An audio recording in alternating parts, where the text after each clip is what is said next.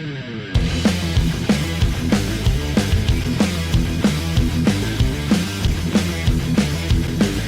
in, ladies and gentlemen, to episode number 109 of Let's Go Racing with David Starr. Tyler Jones here with you. So glad to have you with us.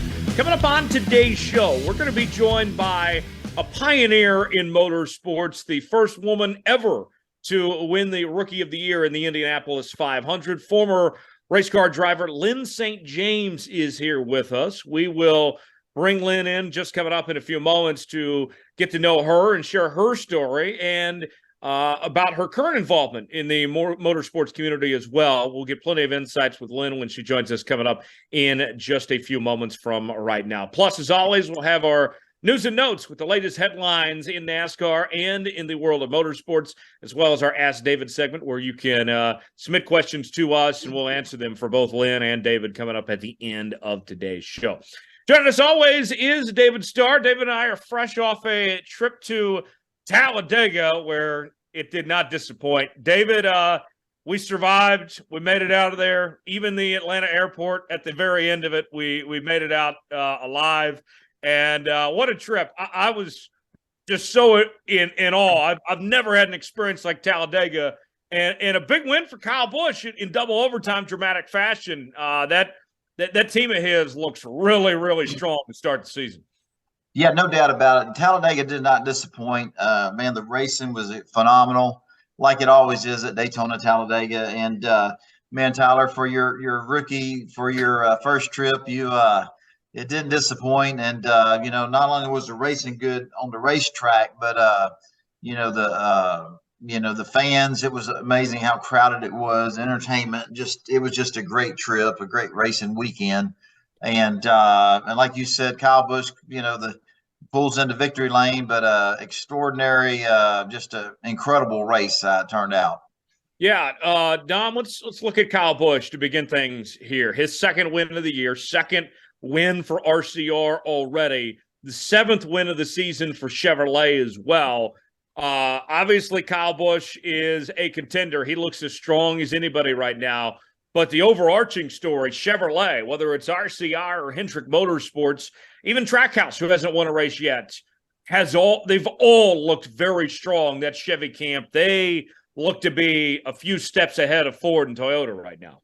They sure do. Like you said, 7 of the 9 wins to open the 2023 season. Ford with the win at Atlanta, Toyota with the win at COTA, but everywhere else, Chevrolet has been up front and strong. And Kyle Busch, like you said, this is as strong as Kyle Busch is, and this is the earliest he's ever won in a season with that win in Fontana in the spring. And then Tyler winning at Talladega. It had been 15 years since that man had won on the super speedway. And I already hear people saying Kyle Busch is the new super speedway ace. He was up front in the Daytona 500 when it counted, up front at Talladega when it counted as well. David, before we bring in Lyn here, just want to ask you about Kyle Busch.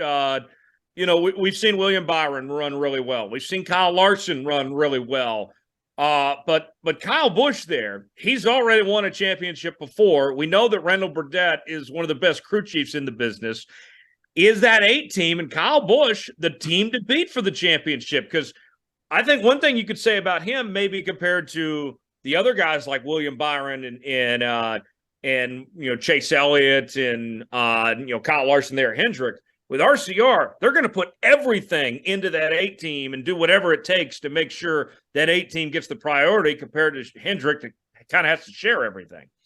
Well, I mean, you look back last season and you look at the how strong RCR was, and look at what Tyler Reddick did and Austin Dillon. I don't know how many races they won combined, but man, they I think both of them made it into the chase. And I tell you what, this new next gen race car, RCR's organization, they've been real strong with the car right from the start, and they get stronger and stronger every week. It's just a testament to the commitment from GM, the engineering and technology they have over there. I think with all of the Chevrolet teams, but especially with Hendrick and RCR, but I wasn't surprised, and we knew this. We talked about it. When we learned that Kyle Busch was going to go over and drive for Richard, man, we knew Kyle was going to have a chip on his shoulder. I mean, you know what I mean? Being with Toyota for all those years, and it's amazing how it all worked out. And we were all surprised. And I know the racing world was surprised that Toyota and Joe Gibbs Racing wasn't able to find a partner to have, I don't know. I just think the Kyle Busch, since he's been from the start with Toyota, man, he put those guys on the map. And it was kind of interesting how it all played out. And I almost felt bad for Kyle, but man, when we heard the news that he was going to go over and drive for RCR, man, that team was already had this new next gen car somewhat figured out because of the way they performed last year. And you plug in a championship caliber driver like Kyle Busch, he elevated the organization to even what it was. You know what I mean? He made everybody there, all the engineers, step up their game. And look at Austin Dillon. It's amazing how much better he's ran, but the whole organization, what Kyle Busch has brought to RCR is amazing. And not surprised by his dominance so far. And I think we're going to see more Kyle Busch winning. But, like you were talking earlier, it seems like the Chevrolet teams, especially Hendricks and RCR, Trackhouse, they seem to have this next gen car really figured out. And, something that kind of William Byron's been really strong since Daytona. And then you look at Kyle Busch, he's right there with him. You know what I mean? So I think we would be fooling ourselves if we didn't think that Kyle Busch was the favorite to win the championship. Obviously there's a lot more racing to go, right. But man, we're not surprised by what we saw Sunday afternoon. Oh yeah. Dominic, before we bring Lyn into the show, tell us the background and let the listeners get to know Lyn a little bit before we officially introduce her. Absolutely. So Lyn is, like you said, Tyler, at the top of the show, a pioneer in racing and somebody that has gotten to dabble a little bit in all forms of motorsports, especially open wheel. She's raced in 6 Indianapolis 500s. Like you mentioned, the 1992 Rookie of the Year in the Indianapolis 500. Seven. Yeah. Seven. Yes, my bad. 7.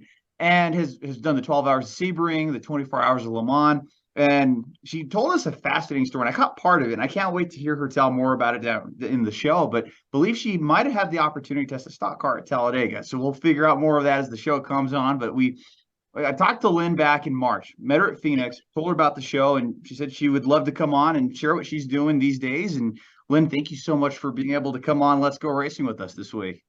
Sounds good to me. What an honor it is, Lyn. You have such a big following. We read about you, we hear about you all the time over the years. It's an honor to have you on our show with us. And man, the impact you've had on motorsports, all forms of motorsports, you've really you've had a big impact on it, and really, inspired. And a lot of drivers today, I say male and female, you've inspired, and they do what they do because of Lyn St. James. So it's pretty cool to have you on here. Well, thank you, David. I just love the sport, and it's like I found me when I found racing, and I can't not love it. I can't not, I want to stay relevant. I still love to. It's hard to be I had to learn to be a spectator again, after being a competitor. And so I do a lot of pacing when I'm, watching a race, but at the same time, I just love it. And I just can't, I just can't stay away from it. So, I feel blessed that I did find it and that it found me. And I'm just delighted that people still, kind of give a hoot and want to hear what I might have to say about it. So absolutely. Lyn, before we get into your backstory and everything too, you mentioned your involvement. You're still involved in motorsports to this day. Correct me if I'm wrong. You're on the motorsports appeals panel, right? Yes, as a matter of fact, I am. So I'm on the NASCAR Appeals Commission. I'm also on the IndyCar Appeals Commission. So, I've had the opportunity, I guess you'd say, to be invited to do that. I have been around the sport, I guess, enough times, and I really do know a lot about it. And I feel nice that they've respected that. And I'm on those commissions. I'm also on the ACUS board, which is, ACUS is not a well-known necessarily outside of the leadership of the sport, but it's the Automobile Competition Committee of the United States, which really is the It's the FIA representative to all of racing in North America, and the 6 primary sanctioning bodies in North America, and then are all represented on that board. And then they have independent positions on the board where you're not directly connected to any of the sanctioning bodies. And so I've served on that now for the last couple of years. And so, you hang around long enough, I guess you get old enough, and you realize that people start to, remember that you do know a little bit about the sport. So it's been really nice to be able to kind of work into those areas. Lyn, I don't believe that happened on accident. So that's definitely earned, and it just says a lot about your ability, your accomplishments, and the person you are. And it's, man, there's just so much, so many questions. But take us back to the start. Tell us about Lyn St. James as a young girl. How did Lyn St. James, how did you fall in love with auto racing? Was it a family member? Were you watching on television? I mean, did you go to races? We can't wait to hear this story. Well, I mean, I grew up in the muscle car era. So I grew up in the 60s, when all of society, young people were into cars. And my mom taught me how to drive, which was not a plan that I would ever take this into the direction that I took it. But and she actually taught me. I remember telling me that the gas pedal will get you out of more trouble than the brakes. When she was teaching me to drive, it was like, get off the brake, get off the brake. But the guys that I hung out with, I mean, I went to the drag races. I grew up in the Midwest. I grew up in Ohio, and I remember trying to meet Shirley Muldowney. I remember actually taking my buddy's GTO at a drag race, Dragway 42 in Ohio, and where they like Wednesday night you could go out, and they put shoot polish numbers on the side of the car. And I won the, whatever class it was. And I came home with this big trophy, and my mother was not happy about that. But it didn't make sense back then that I was going to actually be able to pursue this or do anything with it. And so it wasn't until fast forward, I moved to Florida, and I went to the 24 hours of Daytona and the 12 hours of Sebring, and I saw road racing for the very first time. And, I saw, besides Mario Andretti and Pedro Rodriguez and Mark Donohue and all these superstars in these really super cars, sort of towards the back of the grid, there were these Corvettes, and there were Camaros, and there were Porsches. And I said, oh, real people drive race cars, not just humans. And so I became a member of the Sports Car Club of America, and I showed up at the local races down in South Florida, and, and just found out that I worked on a corner one weekend, and I'm like, that isn't a lot of fun. And I did timing and scoring one weekend, and I'm like, I can't just sit and do that. So I found out to get a competition license, you had to get, to drive race cars, you had to get a competition license. And then to get a competition license, you had to go to driver's school, to racing school. So I went to the local SCCA, signed up for the race school. I had to get a car because I didn't have a race car, and people rent their cars. But then I found out from some people that if you rent these cars, they're usually kind of not very good cars. And a lot of times you don't pass the school because the cars won't run long enough for you to get enough time in the cars. And it was at the time that they created a new class called showroom stock. And so a Ford Pinto was an eligible car at that time. And I went down to my local Ford dealer, and I ordered a Ford Pinto in South Florida. A Ford Pinto. With no air conditioning, because it would take more power off the engine, and it would add extra weight. So I had to wait to get a Ford Pinto and put a roll bar in it, and a 5-point seat belt and a 5-pound fire extinguisher. And I showed up and went to driver's school and started racing. And so that's literally how it happened. I didn't have any real connection. I was 27 years old. So, I was already in the business world. I was already trying to do everything that society said we should be doing at that point in our lives.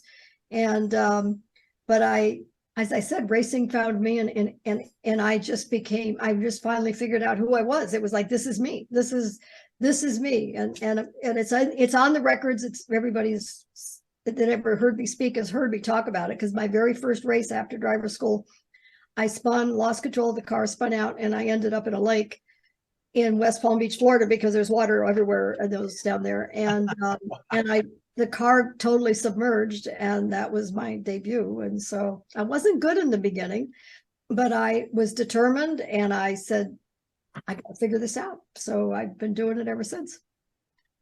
Amazing story. Ford Pinto. Yep. Wow. Amazing. And man, it's cool to hear how it started, and it's just cool that racing found you and you found racing. And it's just interesting because, man, after that, it went crazy. It went really, really good, I think, Well, for 7 years, I did it on my own. I had an auto parts business, and I was part owner with my first husband in a consumer electronics business. And so, every little dollar that we could squeeze out, we would go racing as opposed to going, doing other vacation stuff. And I went to trade shows. And so I learned that, it's also a business. And so I started to approach my business head about the sport. And I realized I didn't have enough money to do this on my own. I couldn't sell enough shock absorbers or electronics equipment. So I started writing. I started writing sponsorship proposals. I would get Automotive News, Advertising Age, and I would see who was doing what, and I would write these letters, and I would sign them by another name. In other words, because I couldn't tell them about Lyn St. James and then sign it Lyn St. James. So I would make up people's names that worked for this company that didn't exist. And then if they called and asked for that name, I would know, who I had pitched it to. And so I did that for a couple of years. And then I saw an article in Car and Driver magazine, and it was entitled, the sidebar was entitled Ford and Feminism. And it talked about Ford Motor Company wanting to create equal employment opportunities for women in non-traditional areas. This was in 1978. Wow. And so I started to write letters. I had a letter writing campaign to Ford Motor Company for 3 years. And I swear to God, I think they signed me because they said, this woman is driving us crazy. And something with her, we've got to at least get her off of our, radar, and it will help her, and then she'll probably go away. And that was how I got Ford Motor Company as a sponsor in 1981. Wow. Wow. Amazing.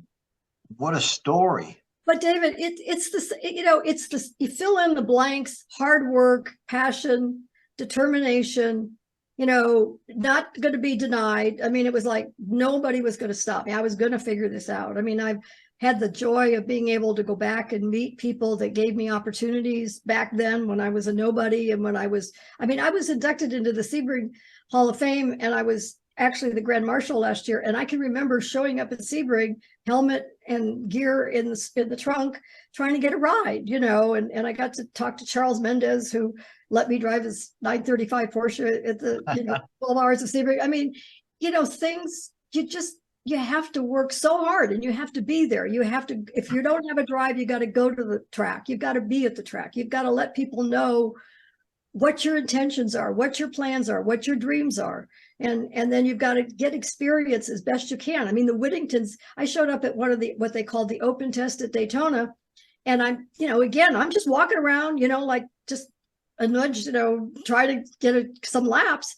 And it turns out I got some laps at a 935 in January at the open test, which helped me get in that at Sebring in a 935, because I at least say, yeah, I've driven a 935. I mean, when I tried to get a sponsorship for Indy, I can remember sponsors saying to me, have you ever raced an IndyCar? No. Have you ever raced? I mean, what tells me that you can win, you can race in the Indy 500? So I'd have to start telling them that, I had laps at Talladega, and I had done Le Mans, and I had done these high speed, which of course they don't know what that all means. And then Dick Simon, who was the owner that gave me the opportunity, he said, we can fix that. And he let me turn some laps in an IndyCar at Indy, so I could at least tell the sponsors I've driven an IndyCar. I haven't raced there. So, you got to fill the tank. You got to fill the tank with information, and you got to sometimes be creative, not totally lie, but you got to stretch it, and you just got to make it happen. I think they call that creative marketing now. Wow. So Lyn, along those lines of putting the Indy deal together, how did it all finalize and turn out? And what was it like when you finally hit the track there at Indianapolis for the first time? God, I mean, as I said, Dick gave me the chance to drive an IndyCar for the first time in 1988. And then I went and wrote letters. And this time I did sign my own name. but I was like, I went to 150 companies over 4 years. And fortunately, I was still racing for Ford in, sports cars. So, I mean, I wasn't sitting on the corner, doing nothing while I was doing this. And the 151st company said yes, and that was JCPenney. So then I ran to Dick and said, okay, we got it. I got it. But this was in March of 1992. And Lyn, who was that? Sorry to interrupt you. Who was that? Dick Simon. Oh, Dick's. Okay. Yep. Dick Simon was the team owner that gave me the opportunity to drive an IndyCar for the first time. And he liked what he saw. I mean, he said to me at the end of that test, we can do this. He didn't say you can do this. He said, we can do this. And I was like, holy shit, because I'm sorry, maybe I shouldn't swear on this, but no. Say whatever. That's all good. So that's when I said, okay, I'm going to go to work and I'm going to get that. I'm going to help get that funding, And so, so anyway, fast forward 4 years later, it took me at like 6 months with meetings with JCPenney that I finally got the yes. And it was in March and it wasn't a lot of money, but I told him how much we had. And he said, we can start with that. And so I had to go through rookie orientation, and he said, the funding will get us through rookie. It'll get you through the first couple of weeks, and then more sponsors will come on, which is exactly what happened. But I was fortunate, and David, this is, to me, is so important because you don't always have all of your ducks in a row. You know what I mean? You don't always have everything you really want to have in your toolbox, so to speak, to get where you want to go.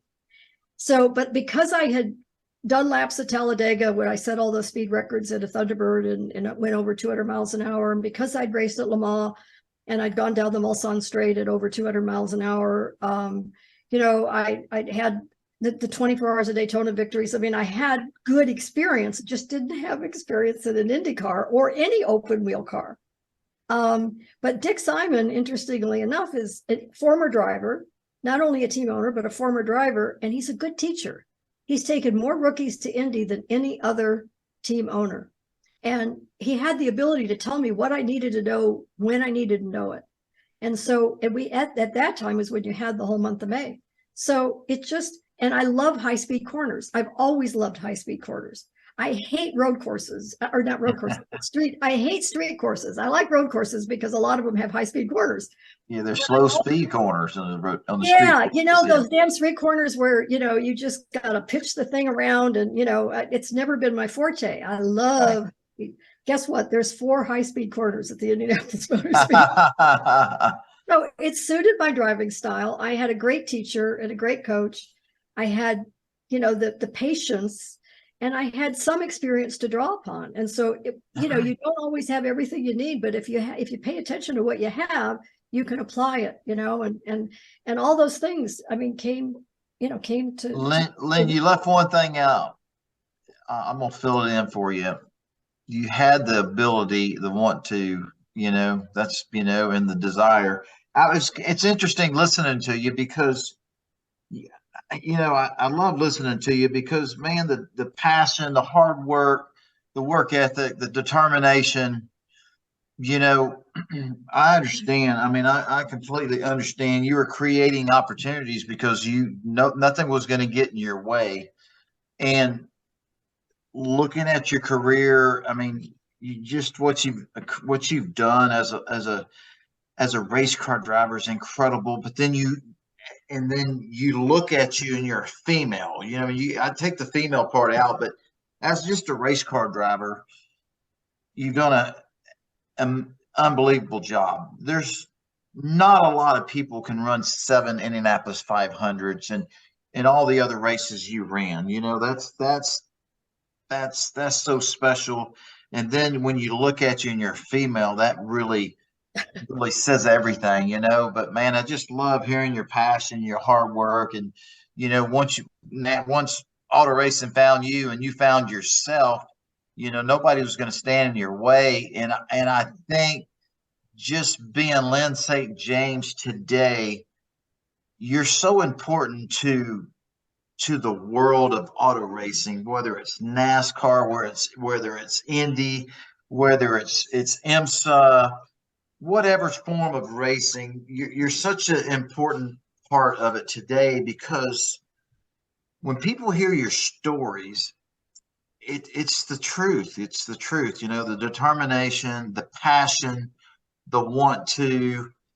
I mean, nothing's going to stand in your way. And you had a Ford Pinto. You figured it out. You created opportunities, and your hard work and going to the racetrack, not having anything to race, and figuring out how to drive some laps, created opportunities down the road because you had the experience, you know, and it's just amazing. I talk to a lot of racers today and meet, you know, females and males, and people ask me my opinion, you know, and I just ask them 2 or 3 questions, and then I already got it figured out that, you know, that they're not a Lyn St. James, you know what I mean? And they hadn't done what needs to happen. And I always say in my mind is like, how bad did they don't want it bad enough, because there's nothing going to stop, you know, and you figured this out early on, and just listening to you in your time, write letters to sponsorship, understand the business side of it, get sponsors. I mean, you bring so much to the total industry today, because you can educate, you can inspire, you can do so much to young men and women that are lucky enough to have access to you. And I love your story. It's amazing. And it's just a big honor. It's pretty cool. I remember watching TV and seeing you qualify for the Indianapolis 500 and them interviewing you. You know, I'm like, it's a woman. You know, it's like, wow. You know, and unbelievable.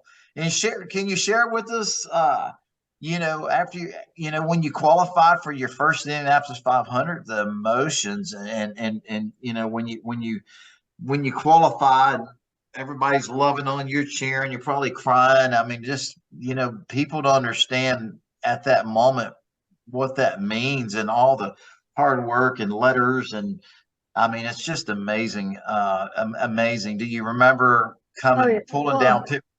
You know what I mean? Yeah, no, well, David, thank you for those kind words, because I've never really grasped, I guess, that. I'm always looking ahead, you know, and it's hard sometimes to reflect, and so just thank you. I mean, I had no idea that many people were paying attention, or whatever the meaning was, but you know, really, when I first qualified, meaning, you know, the first weekend of qualifying, and we had this 91 Lola with the old Cosworth engine, and we went 219, and we were in the field. But Dick said to me on Sunday night, you know, that's when there were 2 weekends of qualifying, and he goes, "Good job, kid. Good job, kiddo." I was a kiddo. "Good job, kiddo." But he said, "I'm a little worried that that's not going to hold, you know, because that's when they had 40 plus cars, you know, trying to qualify." And it was because I was still under contract to Ford, and it was a Ford Cosworth engine. We were all clean and good. And he said, "I got a backup car for another," because he had like 5 cars that he was, you know, putting in the field. He said, "I got a backup car from another one of my teams." But he said, "But it's got a Chevy in it. And I'm not going to let you, first of all, I can't let you in the car until that car qualifies. And I'm not going to let you ruin your professional business life, because it's got a Chevy in it, and you're under contract to Ford. And I know you've been under contract to Ford for a long time." And I looked at him and I said, "Dick, this is the Indianapolis 500. This will not hold me back, right?" So he said, "Well, all well and good, but until you get approval from Ford Motor Company, I can't put you in that car." So I spent that whole next week, trying to get a hold of the executives at Ford Motor Company to get approval. Well, I tried to actually get the Ford. I tried a lot of different things within the Ford circle, but I had to get that approval. And on Thursday of that week, maybe this is too much information, but on Thursday that week, I got a hold of the then Vice President of Public Affairs, who I knew was an ally of mine. And that's really another important thing, is to find allies. You have to know who your allies are. Because there's going to be people in the room when you're not there who are going to speak up on your behalf. And if you don't have those people, you're no matter how good you are, you might just be gone. Right. So anyway, I called him on that Thursday before that qualifying weekend, and it was the board. It was the day of the stockholders meeting. And I remember his secretary saying, "Lyn, he's really very busy." I said, "I have to talk to him." So he called me back at like 4 o'clock that afternoon, and I told him the story. he said, give me a fax number, because this was before we had, emails and all. Right. And he said, I'll get back with you. And at the end of that day, I still have it. I got a fax from him saying, I understand you're having some problems at Indy. And I understand that you maybe can't do it in a Ford. If you have to do it in a Chevy, just do it. Wow. I'm like, I'm running to Dick, I can do it for Ford. And so that was one of the biggest moments for me as a business, as a profession, all that kind of stuff. I mean, I was like, I get goosebumps today. So then he goes, okay, but I got to qualify the other guy, and I literally had to get in another car. They had to wait until Saturday. They had to turn that car around so that it fit me, they had to, because they really fit the car and everything to the driver. And I went out, and then I qualified in a Chevy. So I had to qualify the second time, the second weekend. And we did go a little faster, and it kept us in the field. And I remember, the big tradition is that after you qualify, they put the car in a photo spot, and then you have to put all these hats on, and that's the official qualifying photo. And they gave me the Chevy hat, with a bow tie on it. And I'm like, I can't do that because Chevy ain't anything. So I just sort of held it up there, but I didn't. I didn't put it on. Yeah, I didn't put it on. So anyway, that's the car that I raced. And all I can say is that I feel that whole month of May was like living in a dream. It was like this dream come true, and every day was Christmas. Every day I was at the Indianapolis Motor Speedway as a driver, not as a fan, not as a spectator, as a driver. And every day was Christmas. And my feet, I don't think ever touched the ground. It was just like, so Lyn, it sounds like man, there's just so much to talk about. It's really what an exceptional man, and how much how much you respected your relationship with Dick Simon. Just sound like the salt to the earth. He really had your back and wanted to be part of Lyn St. James. Gave you the first opportunity, but man, it sounds like that he was very just a great friend, a great partner, and great really ally. Great ally. No, he was. Well, and 5 of my 7 Indy 500s I ran with him. Wow. We're still friends today. He's told me I think he's going to turn 89 this year in September. But you're absolutely right. And that, when you were talking about Kyle Busch, okay, there's a magic that occurs. And David, you've got to know this. There's a magic that occurs in a team when you have a driver and other key players. So it could be an owner, it can be, crew chief, it could be team manager, but the more actually on that side. But when you have that total cohesion, commitment, trust, communication. Mm-hmm. Jeff Gordon had it with Everham. Chad and Jimmy had it, but it's never, they talk about it, but it's never really explored enough, in my opinion, because that is where the magic occurs when dominance or whatever, that's where the magic happens, where you end up in victory circle, or at least you end up in a success story as opposed to a struggle, because it's always a freaking struggle. But right. If you can get over, if you can have that cohesiveness and that then the struggles become behind you. You know what I mean? You get through the struggles because you're just, it's where the magic occurs in racing, and it's not explored enough. It's not talked about enough. Part of it is because, it's hard to talk about, Yes. I get it. Guys don't necessarily want to talk about that. But I know I've interviewed when I was doing TV. One of the things I did, I worked for ESPN and Showtime as a pit reporter for IndyCar because I wanted to learn more about how the cars were done and how the cars were built and how the cars were set up. And I knew that I could legitimately I could interview the engineers and the crew chiefs because I was doing TV. And that's how I learned a lot, and there were some, and I can't remember the guy's name right now that Mario had, that when he was at Newman Haas, there was a magic there between one of his engineers and that was even, but when the teams were just more of an engineer, it wasn't all technology, you know what I mean? It wasn't all computer stuff. It was right. talking to each other. Now there was a communication. What are you feeling? Tell me how the car feels getting in the corner. What's it doing in the center? How about the exit of the corner? You were giving driver feedback, and they were adjusting the car to what Lyn St, the feedback Lyn was giving them, you know. Yep. And I don't, Lyn, I don't know about IndyCar racing like you do, but I'm not so sure if, you know, I don't. It seems like to me all forms of racing works that way, but the technology, the engineering, and the technology today. I asked the question, you know, I think the computers see everything, and I don't even know if the driver, especially in IndyCar racing, does the driver give feedback from loose in the inner, it won't turn in the center, you know? Yeah, well, and what at least I was kind of just at the beginning of that was where it was starting to come in, and where the, I don't want to call it magic, but where the real cohesiveness starts is if what the driver's saying, if what the driver's feeling is consistent with what the computer's saying, then they know how to make the right decisions and the right choices. Right. If the driver's feeling this, but the computer's feeling something else, that's the tough one. That's the tough one. And this is again where Dick Simon, because he came before the computer world, because I kind of lived with this through the 90s, later in the 90s and 2000, is that who do you believe? And Dick always believed the driver. The driver, because that's the driver's feeling now. You know, he came as a driver, you know, and so it's where other teams will make the decision, and a lot of drivers will give up and just say, okay, whatever, you know, if you make that change because that's what the computer tells you, but you got to believe the driver. Absolutely.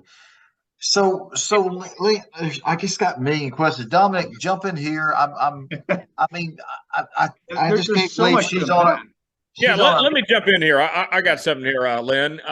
You know, you mentioned cohesion and trying to get things on the same page and everything. For you, of who you worked with, we mentioned the IndyCar stuff, but I mean, you worked with Jack Roush, you know, with the Sebring deal and everything, and won and had some very good finishes there. And we mentioned running top 15 in Indy and all that. When did you know that you could hang with the boys, that you belonged among all of them? Well, Tyler, that's a good question. So I've been very candid now because my career is behind me, but it's in my book, where I learned how important this all really was it because I didn't have that at Roush. I had the exact opposite. And so other than my unit, my team within the Jack Roush organization, we had that, but we were bucking the odds the whole way. And so it was the most difficult sort of experience because I had the blessing of being a factory driver for Ford, of having sponsorship, of having good equipment, and having really great. I mean, Jack is the best engine builder I think ever, because he just literally, he breathes that, and lives it. I mean, he's like, it's in his DNA, all right? And his passion for racing is in his DNA. But Jack and I never could get on the same page. And he was the boss. And he ran that organization. Not so much now, but he definitely was, the man at the top there. Right. And we never could get on the same page. And so I had to do what I did in spite of that. And I had to find other ways to kind of work with my own team within the team. And then when I went to the Dick Simon, when I did that first test with Dick Simon, I mean, this is maybe a stupid small example, but when I did that first test, it was at Memphis Racetrack, the drag strip there where I did the first IndyCar test. At the end of the day, after Dick saying, we can do this, he said, hey, we're all going to dinner, so join us. So the team together went to dinner at, someplace in Memphis, and I was joined. It was family. I was with Jack Roush from 1981, off and on, mostly on, until 1990. In that roughly 9 years, we never had a team dinner. I would take my crew and go to dinner, right. But he would butt us against each other. And so I learned the difference, and I knew the difference, but I finally experienced the difference. And I had some great success at Roush. I mean, there were battles that were unbelievable to me. And it took me to places that I didn't know I could go to in in anger and in strategy. And, so I learned. I mean, everything is a learning experience. But so I don't know if that answers the question, Tyler, but that's just, man, it's amazing because you figured it out, Lyn. You figured it out, and you didn't let somebody. I mean, you just listening to you is inspiring because okay, we're not a family here, but my unit's a family. I'm gonna take them to dinner. We're gonna go to dinner together, and you created that family atmosphere in an organization that wasn't there. Now, was it not there because you were a female race car driver? I don't know. You know what I mean? But the cool thing about it is, and what's inspiring, and I think people that read your book and hear you speak, there's something to be learned about that. You know what I mean? Just because the organization is not your loving, hugging, family type deal doesn't mean you can't make it work. You created what really needed to be the organization. What do you call that? The culture of the organization was not the right culture, but you created that your own magic and your own family within your small unit. And I think that's wonderful. You led as you wanted it to be seen, as you saw it. And I think where the lesson is there, or the important piece of this is that, and I tell young drivers this, I said, every time you are being interviewed for a ride, like you might have an opportunity to actually be interviewed by a team for a ride, just know you're interviewing them as much as they're interviewing you. Because if that culture doesn't fit what you need to get your best, you're better off to pass. The hardest thing that any racer will do is to say no to a deal because they want to race. But there are times when it is better to pass. And if that culture doesn't fit what you need to bring the best out in you, and it's really hard to figure that out. I'm not making that you could just figure this out in one interview or one meeting, but to put your brain into that, your mindset into listening and, learning and observing. And not everybody needs, I mean, I needed that. I needed that, and I didn't need to be hugged and held and all that. I needed people to believe in me.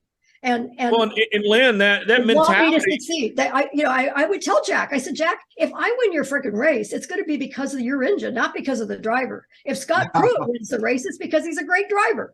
I mean, I tried to point out some different things. I was Well, in what you mentioned, Lyn, about the interview side of finding the right fit, and you mentioned the interview thing of asking, not only are you interviewing for that position, but they're interviewing you. That's just a good life lesson for anyone out there that's listening, may not be involved in motorsports at all, just might be a fan, your everyday life.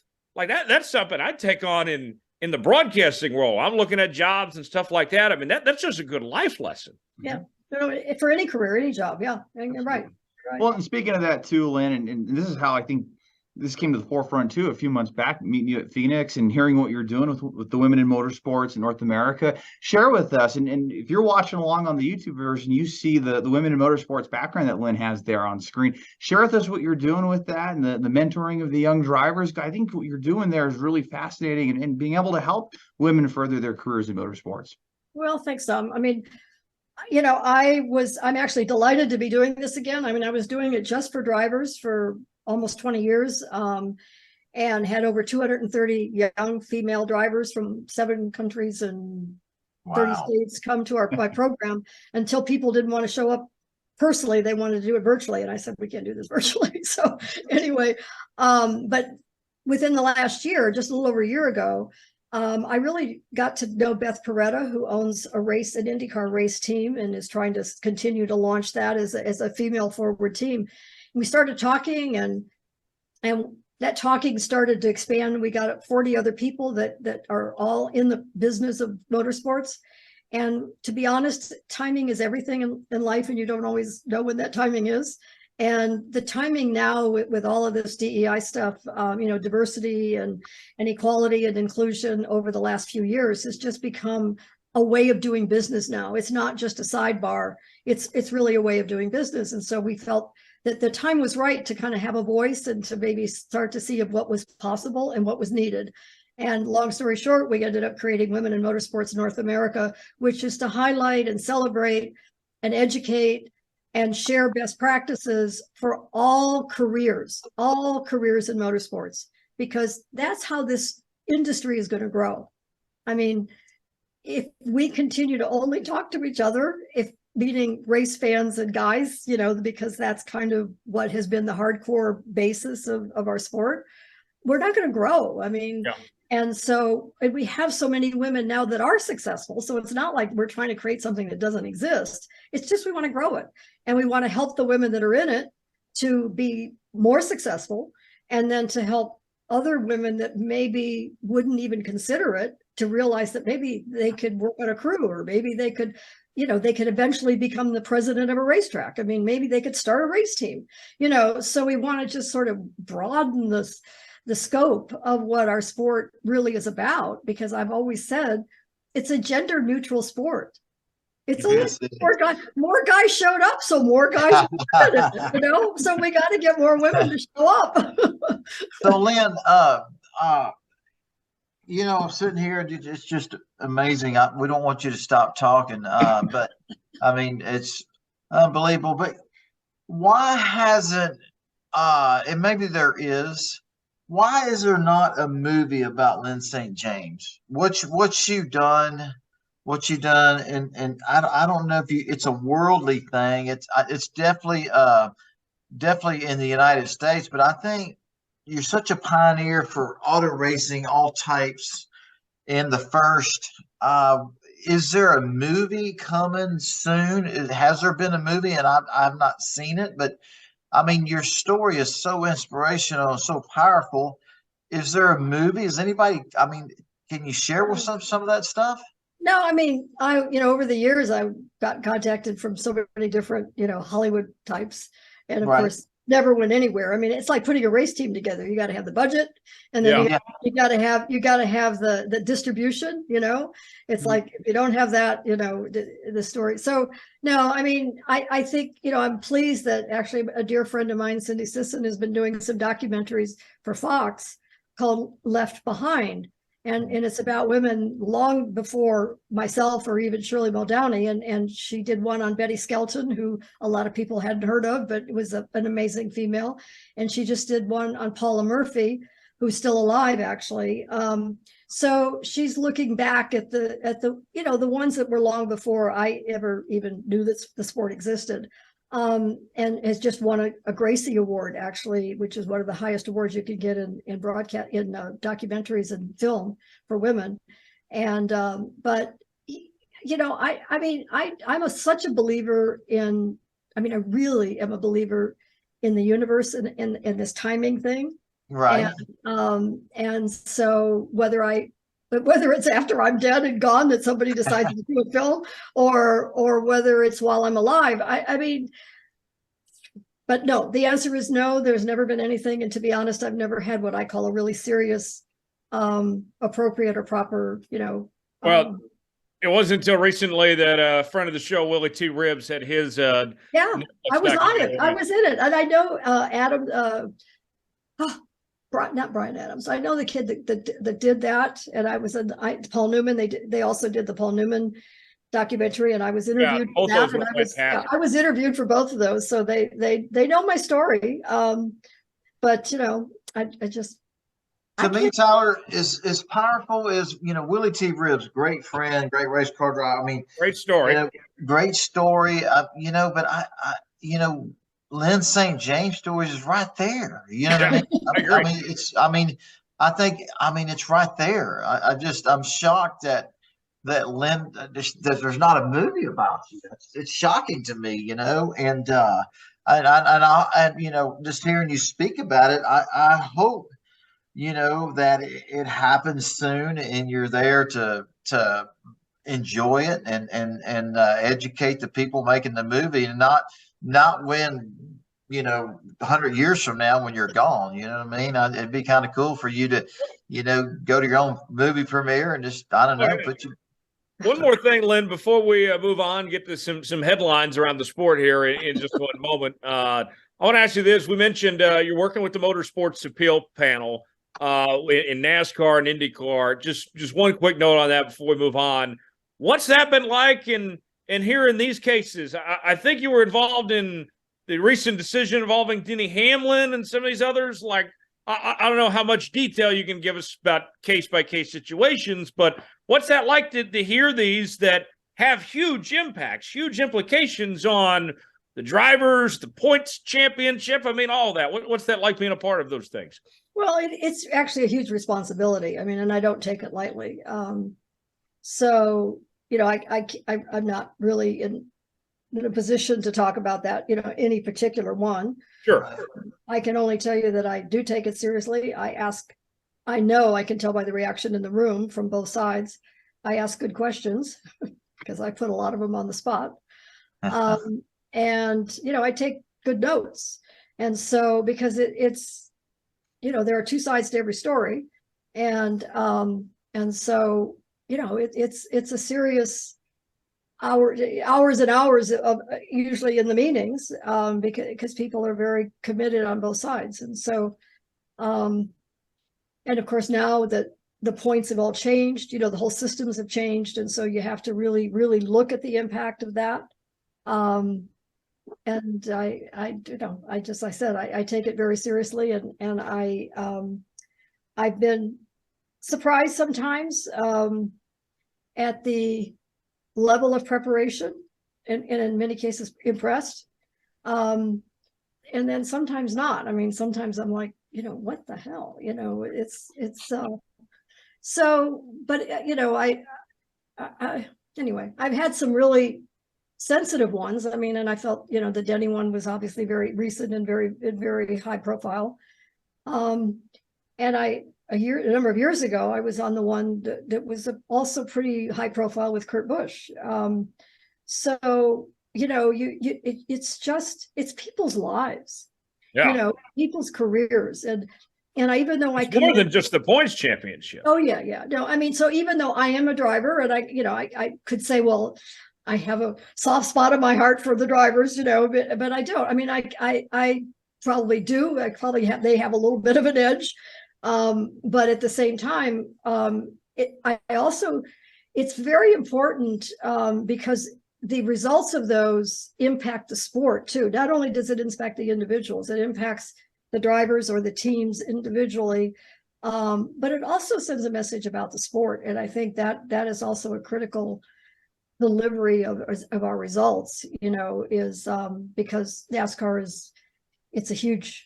it's one of the top levels of our sport. And so it's just really important. It is hard sometimes because some of the history pieces, because they use almost on both sides, they bring up the past, you know, and some of those are consistent and some of those aren't. So sometimes they're helpful and sometimes they're not helpful at all. In fact, it creates, you know, some opening for conflict, but it's not easy. I can just tell you it's not easy. But there are three of us. There are three appeals panel members that are part of that commission. So it's not just that's not easy either, is then coming to an agreement with the three.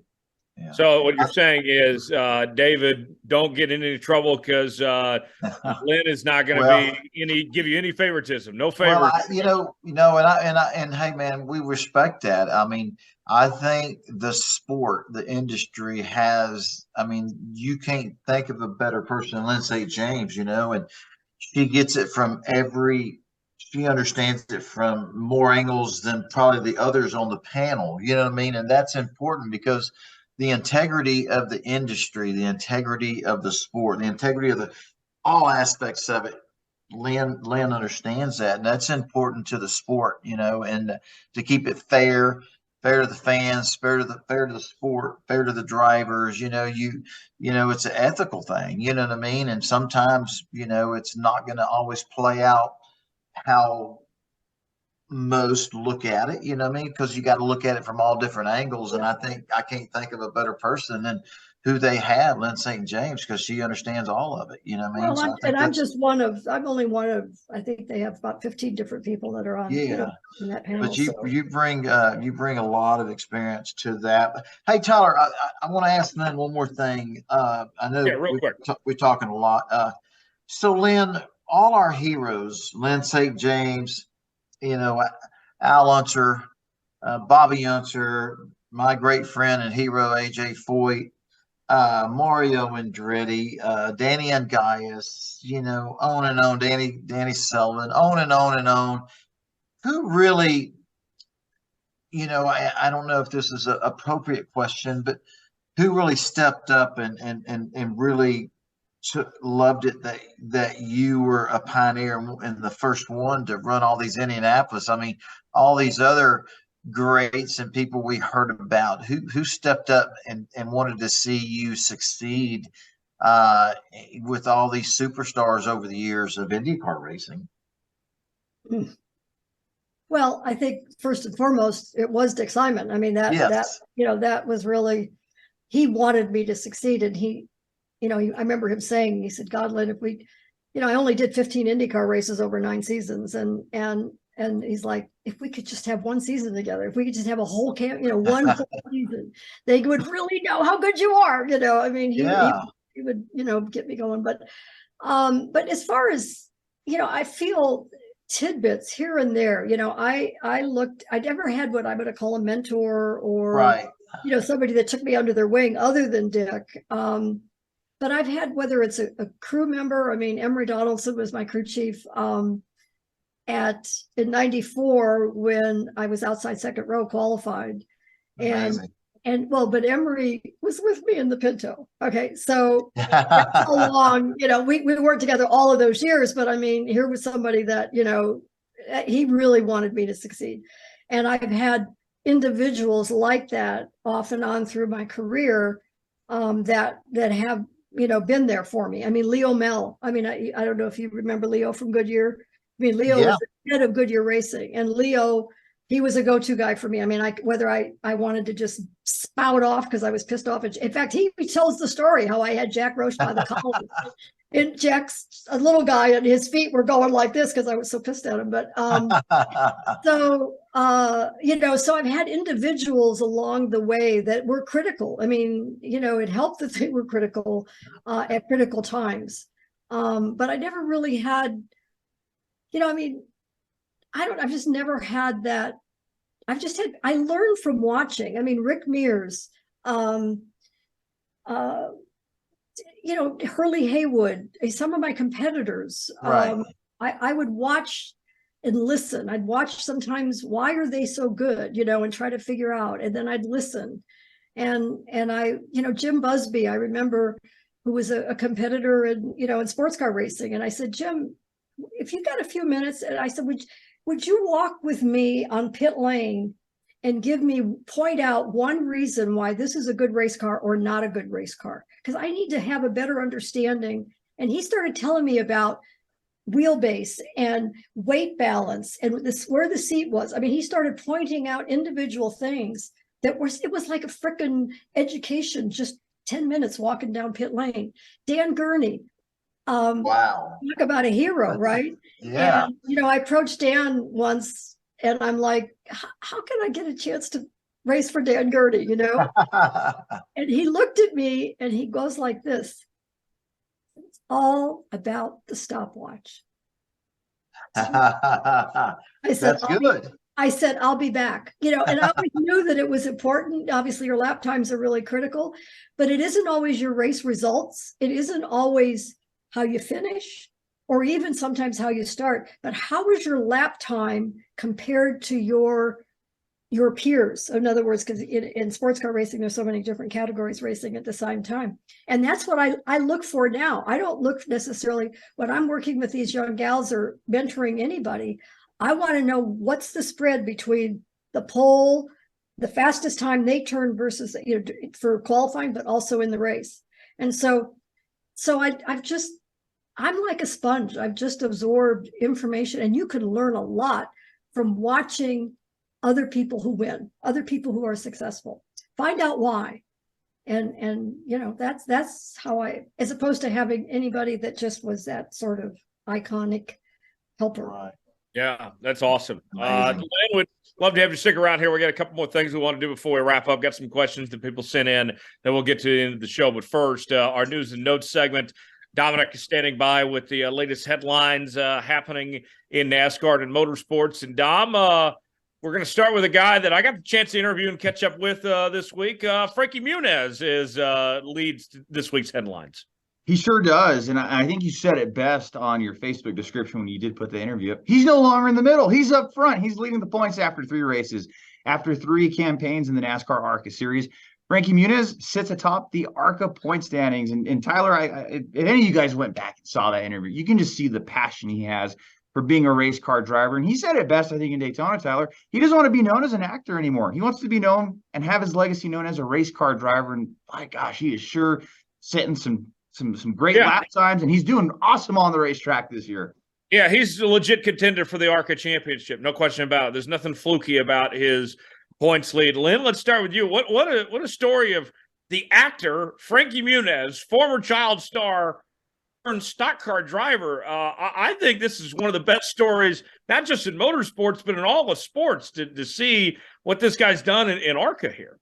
Well, I have to admit, I was impressed too. I mean, because I'm following some of the gals in ARCA. You know, there's like 4 or 5 of them, and so I've been following them. So I've been paying more attention to ARCA than I have in previous years. So, and I've seen how Frankie's running, and I remember when he ran in sports cars, and I know that he was even going back to running the Toyota Celebrity Race, which is kind of how I think he got started. So, and he kind of was not great. I mean, I think he got the bug, but I mean, he wasn't like a standout, going to be a serious competitor. And it was kind of sad and disappointing because of somebody that really tries to make that transition, you know, and become a serious racer rather than just a celebrity racer. And that's hard, you know. I mean, Bruce Jenner's done it, and, you know, Newman certainly did it. And, you know, it isn't always an easy transition because the eyes are on you. And then he kind of disappeared for a while. I don't think he was doing any racing at all. So to see him come back and obviously, and this is another tip, which every race car driver that's trying to make a career in racing, and they're like, should I go USAC racing? Should I go stock car racing? Should I do this? Should I do that? I said, try it all, but when you get the feeling that this is me, you know what I mean? That you get David, you get in certain race cars at certain tracks, and all of a sudden you're like, this is sweet, you know, and that's what you should be pursuing. And so maybe, you know, stock cars is what he should have been trying years ago when he was trying to be a sports car racer. So I wish him well, and I think it is a good story for motorsports. David, what do you make of what Frankie's done here so far? Well, man, hey, all respect for him and congratulations to him, you know, but I didn't know who he was. I mean, I was asking you, I didn't, you know, I don't watch much television. I didn't even know, you know, I didn't know who he was, but I love it when celebrity race car drivers race in any series, and to make it to the ARCA series or NASCAR truck racing or Xfinity racing, you know, and, I just think it's great. I mean, you know, when you're all in, I don't care who you are. If you're going to make it in any forms of auto racing, you got to be all in. You got to be passionate. You know, you got to be determined, hard work. I don't care where you come from, who you are.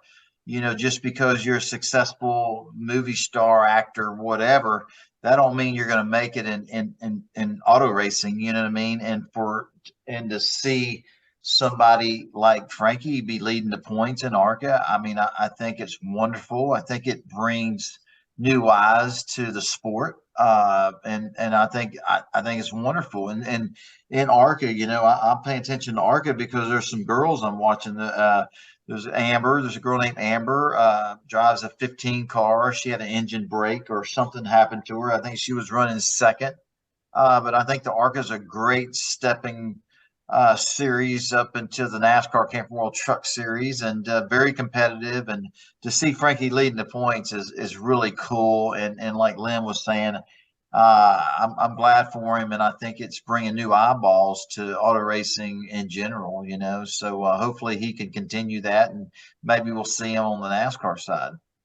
Yeah, and you have to think that with his name recognition, there's going to be some pretty good sponsor opportunities the more he competes and continues to move up. So pretty exciting for Frankie Muniz. Sorry, Tyler, but never assume that. It's hard to get sponsors, and you think just like people say, oh, being a woman, it's going to be easier. Being an actor, it's going to be easier. Being a celebrity, not always the case. Okay, that's fair. That's fair. Good point. so far, the Hair Club for Men deal is what he's got as big sponsor for now. But yeah, we'll keep an eye on that for sure. Good point there on that front. Dominic, what else we got going on? Well, the last time we were on the show with you guys, we were starting to dissect the NASCAR Greatest 75 list. So NASCAR originally had the 50 greatest drivers in 98, and they have been adding and releasing on social media of their new drivers to the list. Since the last time we saw you on the show, drivers on this list include Greg Biffle, Carl Edwards, Chase Elliott, Denny Hamlin, Ron Hornaday Jr., Casey Kane, Randy LaJoie, Kyle Larson, Sterling Marlin, Ryan Newman, Mike Stefanik, on top of Tony Stewart being the first one announced a few weeks back. And Tyler, you and I were agreeing to disagree a couple of weeks ago, saying that NASCAR would not go retroactive and add people pre-1998, but they did with Marlin, they did with LaJoie, they did with Stefanik, and at the time of the show coming out, we still have about 13 drivers that need to be announced. What other surprises do you think we're in store for?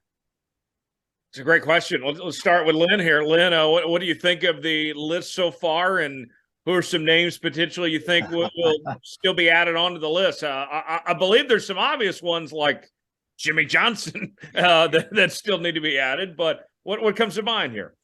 Well, I'm a little embarrassed to say I haven't been paying attention to what the exact list is. So, I mean, I've seen some headlines, and so there have been some surprises. But at the same time, I don't know who's missing. And so I think I'm not a really good one to answer that. So sorry. Dominic, I know you've been following this real closely here. Jimmy is obviously one there. What were some of the others that are kind of not missing? We're still waiting on that will be there. I think Kevin Harvick, Brad Keselowski. I would like to think Cup champions 99 on are going to be drivers that make this list. And Jeff Burton was announced too on Sunday, even though he wasn't a Cup champion. He came close a couple of times.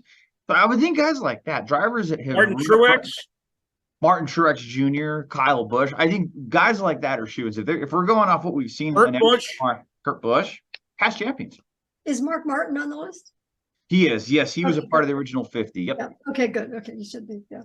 Okay, David, what do you think of these names that have been honored so far, and the ones we're waiting on next? Well, I mean, I totally agree with them. You know, the champions of our sport. You know, if you're a champion in the NASCAR, Cup Series, or a multiple champion in the Truck Series, Xfinity, and Cup. I mean, I'm all for it. You know, there's it'd be interesting to see who the last 13 are. But I think the list so far, I mean, it's no really big surprises to me. You know, and but I'm surprised by there's some that aren't on the list that will probably be on the list before it's all said and done. I think Sterling Marlin, Tyler, is probably the nicest surprise to see of that list, because here's a guy that raced from 1979 to 2009 and was racing up until a couple of years ago at the local level in Tennessee. Really nice to see a two-time Daytona 500 champion get honored. Well, and think about this too. We mentioned with Randy LaJoie on there. This is the NASCAR list. It's not the NASCAR Cup Series list. David, I bet you could vouch for this. In your days when you were in the Truck Series, that was, I would say, the prime days of the Truck Series. That was the days the Truck Series was in its glory and everything when you were there. And some of your competitors that won multiple championships, they ought to have a case probably to be on this list too. Well, I think one that comes to mind is Jack Sprague. You know, I think Sprague has probably drove for Rick Hendricks. I think he's got 5 or 6. I don't remember. If it's a NASCAR, I think, they did say Ron Hornaday, and obviously raced for years with us in the Truck Series. But there's some that are deserving that aren't on that list. I think Jack Sprague would be one of them. And there's, James Helton. There's guys that race for a long time that won one Cup race, but, I think about Jimmy Means and other pioneers, independents, their longevity. And even though they didn't win a race, just to stay in a sport 30-something years and be Cup driver, it's interesting. It's interesting. There's a lot of great race car drivers that never even won a NASCAR race before, that I think are great, that probably deserve to be on the list because they were independents, and just to be able to, to compete week in and week out, year after year as an independent, just because they didn't win a race. If you'd have put them in a Richard Petty car, they probably would have won. You know what I'm saying? So it's interesting, and the formula that NASCAR uses to pick who those 75 drivers will be, I'm sure that's a challenge for them as well. It's not easy. But man, I'm all the ones y'all said and the ones at the top 50, is well deserved for all of them. Exactly. To be, and then, you look at AJ Foyt, you look at some of the guys that are diversifiable, that really won in all forms of racing. Mario Andretti won the 1967 Daytona 500. AJ Foyt won the 1972 Daytona 500 and other NASCAR races. So you really don't know the formula they use, but it's kind of cool to see all the different ones that are getting on the list. Yeah, for sure. Dominic, what else we got? So looking ahead to NASCAR this weekend in Dover. Hey, if it's sports, if it's any kind of racing, there's going to be some sort of odds on it. And looking at the NASCAR odds for this weekend, the 2021 Cup Series champion, Kyle Larson, leads the odds-on favorite at 5-1. William Byron, a two-time winner as well this year, at 5.5-1. Chase Elliott rounding out that top three. Hendrick Motorsports, Tyler, looking like the odds-on early favorites at Dover, all former winners. Denny Hamlin and Christopher Bell rounding out that top five. And Christopher Bell at 6 at 9-1. So you have 6 guys that are under 10-1. And you got to think these guys have won races, with the exception of Christopher Bell, but have all been up front at Dover. We'll see what happens this weekend. But what are you thinking as far as this weekend, Tyler? Who are going to be those strong suits that we see running up front? Well, if you've been watching this show for any time, you know that David loves to pick his buddy Kevin Harvick. And I won't go to that extent of taking Kevin Harvick every week, but I think for now, guys, I'm going to be picking a Chevy driver about every week with just how well Chevy is compared to everybody else. We mentioned Kyle Busch, Kyle Larson, William Byron. Those guys have been the class of the field. I think that Kyle Larson probably going to be the guy to beat again this week. Lynn, what say you? What do you think about this race weekend here at Dover coming up? I really, I mean, actually, I am a Kevin Harvick fan, and so I would hope that, it's not good when one, manufacturer dominates or when one team dominates, and so you really need to, I think you need to mix it, you need to mix it up to keep the fans interested, to keep everybody on their toes. So hopefully Kevin can do it for Ford. David, what's going to happen this Sunday here at Dover? Man, it's it's always it's going to be a very competitive race. Dover's an awesome track. I'm supposed to race there, but the business stuff got in the way, and I had to back out of racing there because I got to go to Las Vegas and for one of my other sponsors because I'm a guest speaker and got to take a race car. So I'm disappointed that I won't be going to race there. But one thing cool about Dover, you can race on the bottom, the center of the racetrack, up against the wall. It's a very racy racetrack for drivers. If your car's not working good on the bottom, you can move up to the center, up by the wall, and it changes it. But it's very fast, and I do know it's going to be a great race, very competitive. And there's that thing called momentum. If you can ride that momentum, you coming off of a win. You look at Kyle Busch and what RCR has done, and I think he'll ride that momentum. And all the guys you mentioned, Kyle Larson, William Byron, Harvick, Harvick's probably, I think, his last time to run it over before he retires. It's hard to pick a winner, man. It's going to be a great race. I know that. So is it Kevin Harvick or is it somebody else, David? Well, I'm cheering for Harvick. I want to see him go out on on top 2 or 3. And if you watch him since Daytona happened, man, he's had fast cars, a lot of speed in this Ford. And, obviously you see the same circumstances, but anyway, I just like to see him, go out on top. He's had a hell of a career and knowing that, this could be his last time to race there, I'd like to see him win it, so yeah. Yeah. Okay. Dom, what do you think is going to happen here? Man, I have to agree with you. I think Team Chevrolet runs up front. We'll see some Toyota drivers and Ford drivers within the top 10, but we're talking laps led stage wins.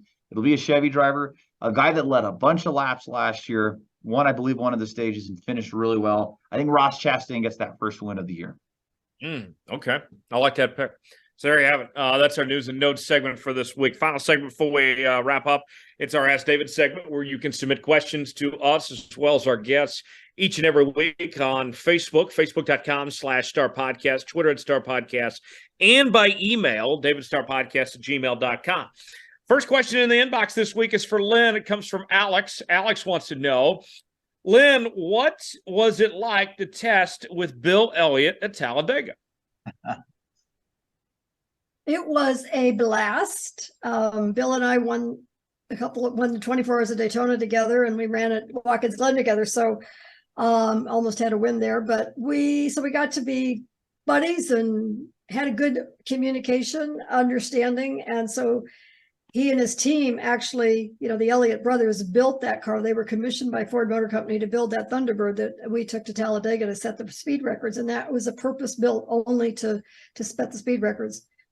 Bill's so laid back, but yet doesn't miss a lick.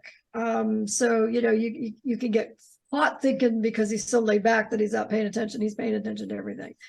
And he was a really great setting the car up, being patient, because I thought it would be a pretty easy deal to go from, running Ford Thunderbirds Ford Mustangs and, the big sort of sports cars that, getting into that Thunderbird would be very much like that. And it wasn't like that at all. I was not in touch with the car at all, which drove me crazy. I remember Bill stuck his head in at one point during one of my runs, came back in the pits and he goes, "So how's it going?" And I said, "I don't know who's driving it because it ain't me." I mean, I'm like, I feel like nothing happens, and I'd have to crank the wheel again and crank the wheel again. And so it took me a while to really get a feel for the car, but Bill was patient and he's just a really fun guy to work with. He never loses his cool. He just, "Hey, Lyn, how you doing?" And just really keeps everything calm and everything, but he does not miss a lick. That's awesome. What a great story that is. Next question in the inbox is from Diego for all of us, for the whole panel here. You have a true day off, no meetings, phone calls, etc. What's your ideal day off? What do you do? What do you see? What food do you eat? David, I'll start with you because this day doesn't exist, an off day for you. But if it were to exist in a hypothetical dream world, what would it look like for you? Well, you guys know, man, I just don't have much. I mean, if I had to take a day off, I mean, racing and my racing school and everything else we're involved in, y'all know I'm a yard freak. It takes me a day just to do my front yard and take care of my flower beds. And, once, when I get done at that at night, then going and taking my lovely wife and going to eat some good Mexican food, you know what I mean? That's usually a day off, for me, as y'all know it. What about you guys? Oh man, for me, it's sleeping till about 11 or 12 o'clock and starting my day a little bit slower. Going out to eat, and just relaxing, watching a show or sporting event of some sorts, and just taking it chill, just slowing it back down. Because David, you and I, we're going 100 miles an hour all the time. Always got something going on. So just those R&R days are the nice slow down for me. What about you, Lyn? What's a perfect just off day look like for you? Actually, I'm going at a pretty fast pace nowadays as well, running, with the organization and all the things we're doing. But I do nothing really well.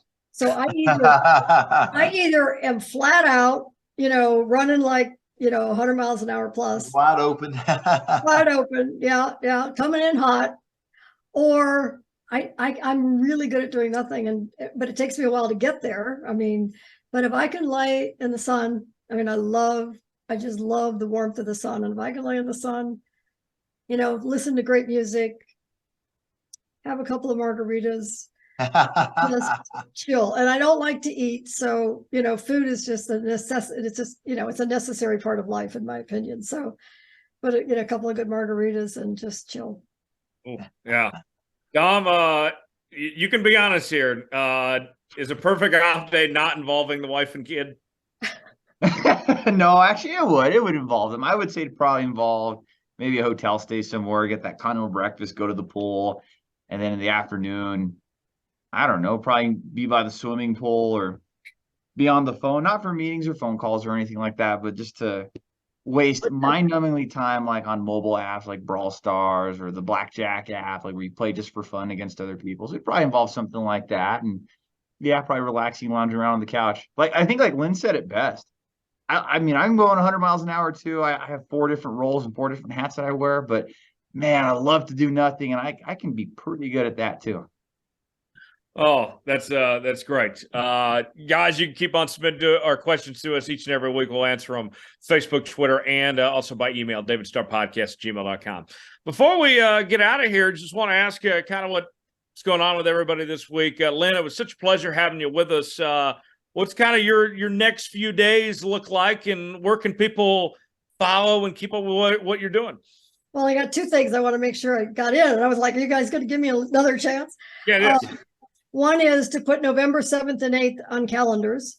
It is our Women with Drive Summit, the 3rd one that we've done. We do one of these a year, and it's going to be here at Phoenix Raceway. And it is not just for women. It is still the Women with Drive Summit, but we want men and women to come together, share best practices, talk about what it takes to be successful in this sport. And so we would hope that you would go to womenwithdrivesummit.com and sign up.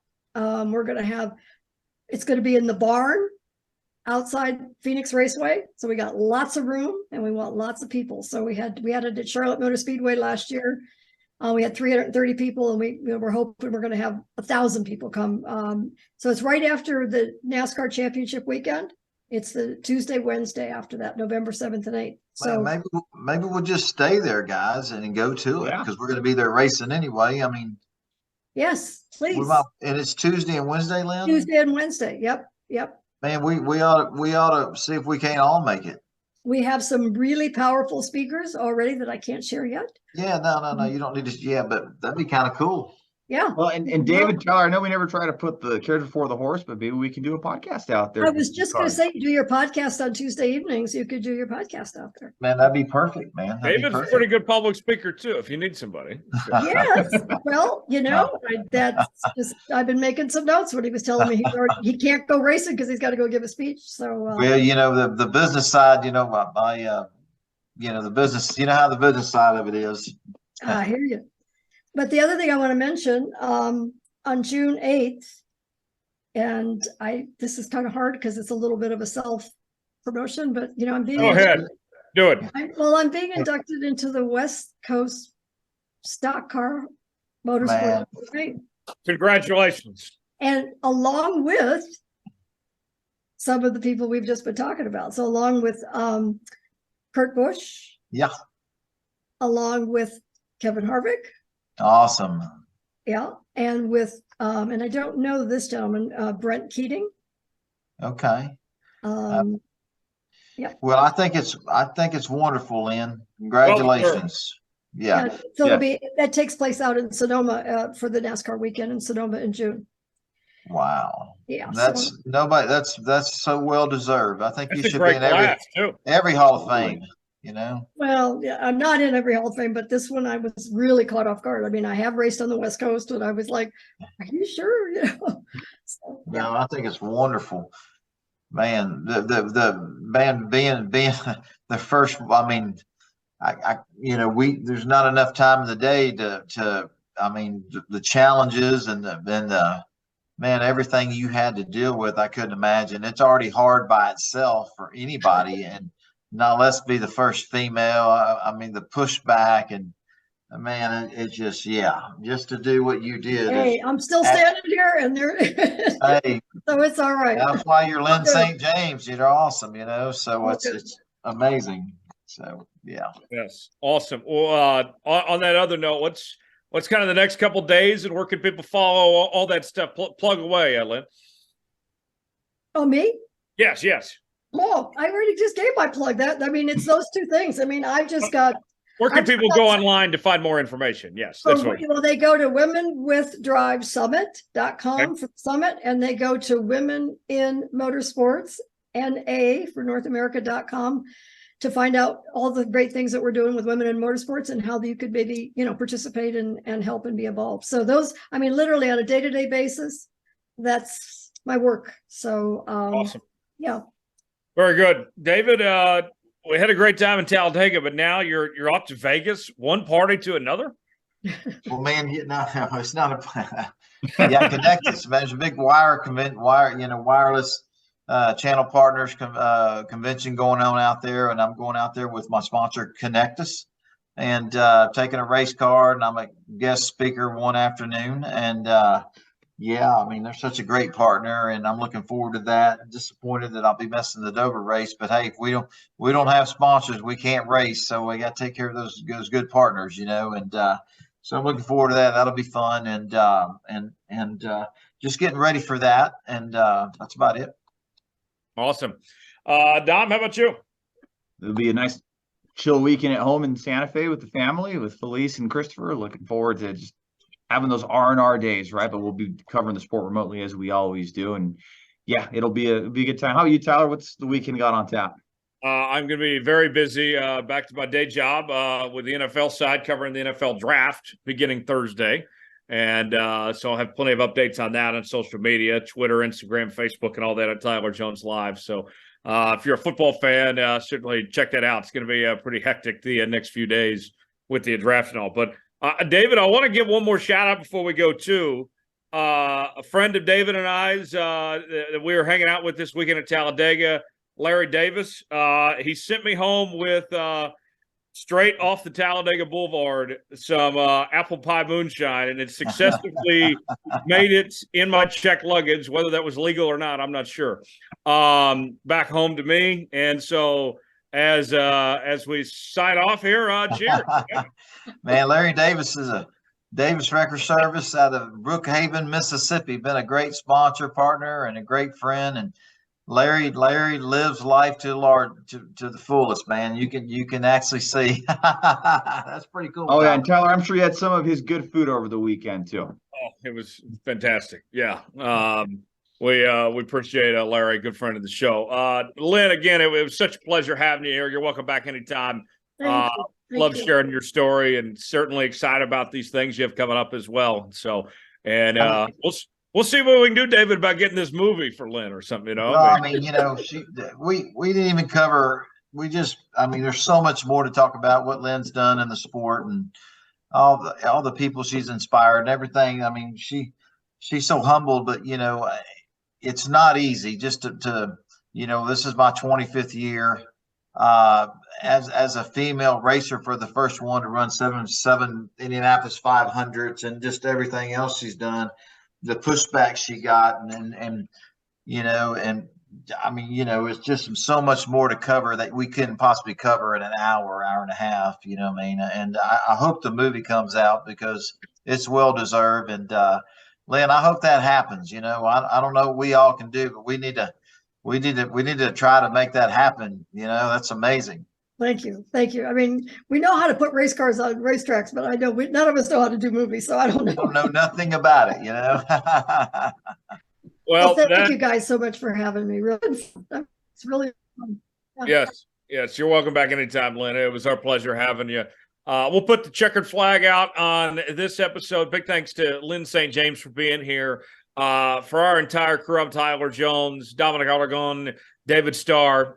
Follow us on social media, facebook.com/Starr Podcast, Twitter @Starr Podcast, email davidstarrpodcast@gmail.com. Subscribe to the show. New episodes out each and every week. Apple, Spotify, Google Podcasts, and YouTube. Leave us a 5-star review, or don't leave us one at all.